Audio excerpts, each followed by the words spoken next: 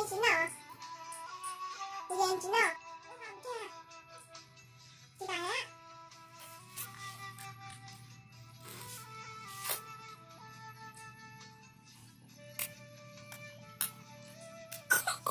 เลยราคาเลยอะเนาะ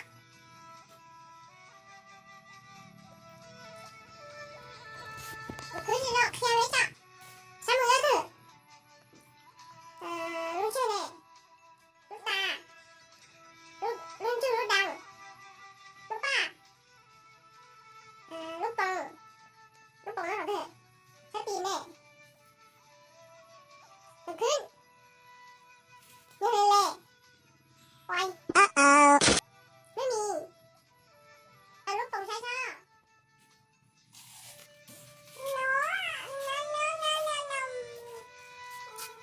คิดว่าเขาก็ปีนะจะไม่เหมือนอ่ะ